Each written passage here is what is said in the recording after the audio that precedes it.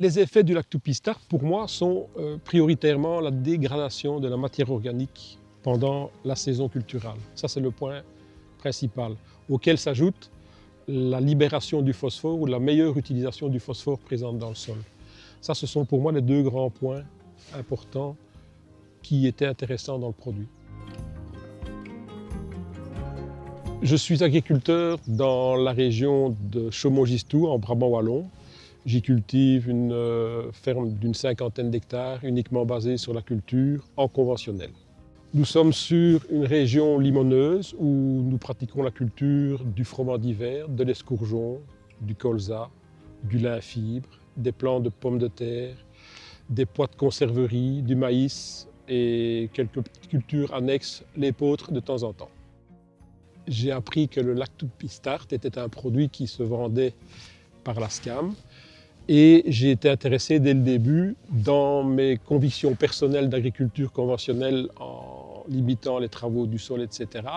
On fait aujourd'hui fort attention à tout ce qui est matière organique, apport du sol et toutes les interventions nécessitant la diminution des travaux. Et dans cette optique-là, le Lactopi était vraiment un produit qui était très intéressant pour des raisons de mise en route de la culture, de dégradation de la matière organique et de la valorisation de la matière organique surtout. Je me suis laissé aller à les pendre sur des pois de conserverie et des plantes de pommes de terre. La technique, c'est que j'utilise les couverts jusqu'au 15 février à la destruction mécanique des couverts. Et ensuite vient l'utilisation d'azote liquide auquel j'incorpore le lactopistart. Donc je le fais en généralisé avant un travail à la rotative avant semis. Je l'utilise juste avant le semis. Je l'incorpore avec l'azote liquide au niveau du sol et puis je sème. Et au niveau visuel, je pense que malgré les années un peu difficiles au niveau climatique, qu'elles soient trop sèches ou trop humides, le Lactopi permet de sécuriser la production et valorise au mieux les cultures. Et je peux vous donner des chiffres.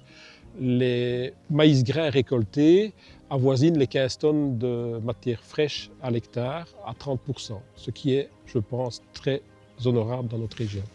En 2023, l'année a été un peu particulière et relativement sèche au niveau des conditions estivales. Et la culture de pois de conserverie que j'ai menée cette année-là a été très satisfaisante, c'est-à-dire que je suis parvenu à obtenir un rendement de plus de 7,5 tonnes à l'hectare de pois de conserverie, sur une moyenne, je pense, de la conserverie dans la zone où je me situe, qui était d'à peine 7 tonnes. Donc la plus-value, pour moi, était déjà très marquée.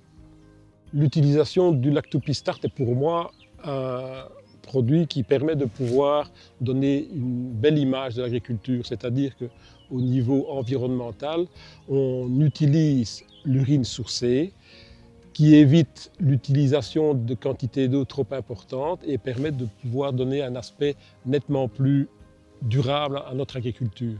Un litre de lactopistart permet d'économiser 12 litres d'eau, donc ce qui pour moi est quand même une belle avancée. Le produit est également valorisé par différents types de cultures et permet de mettre en exergue le phosphore présent dans le sol en le rendant plus assimilable pour la culture.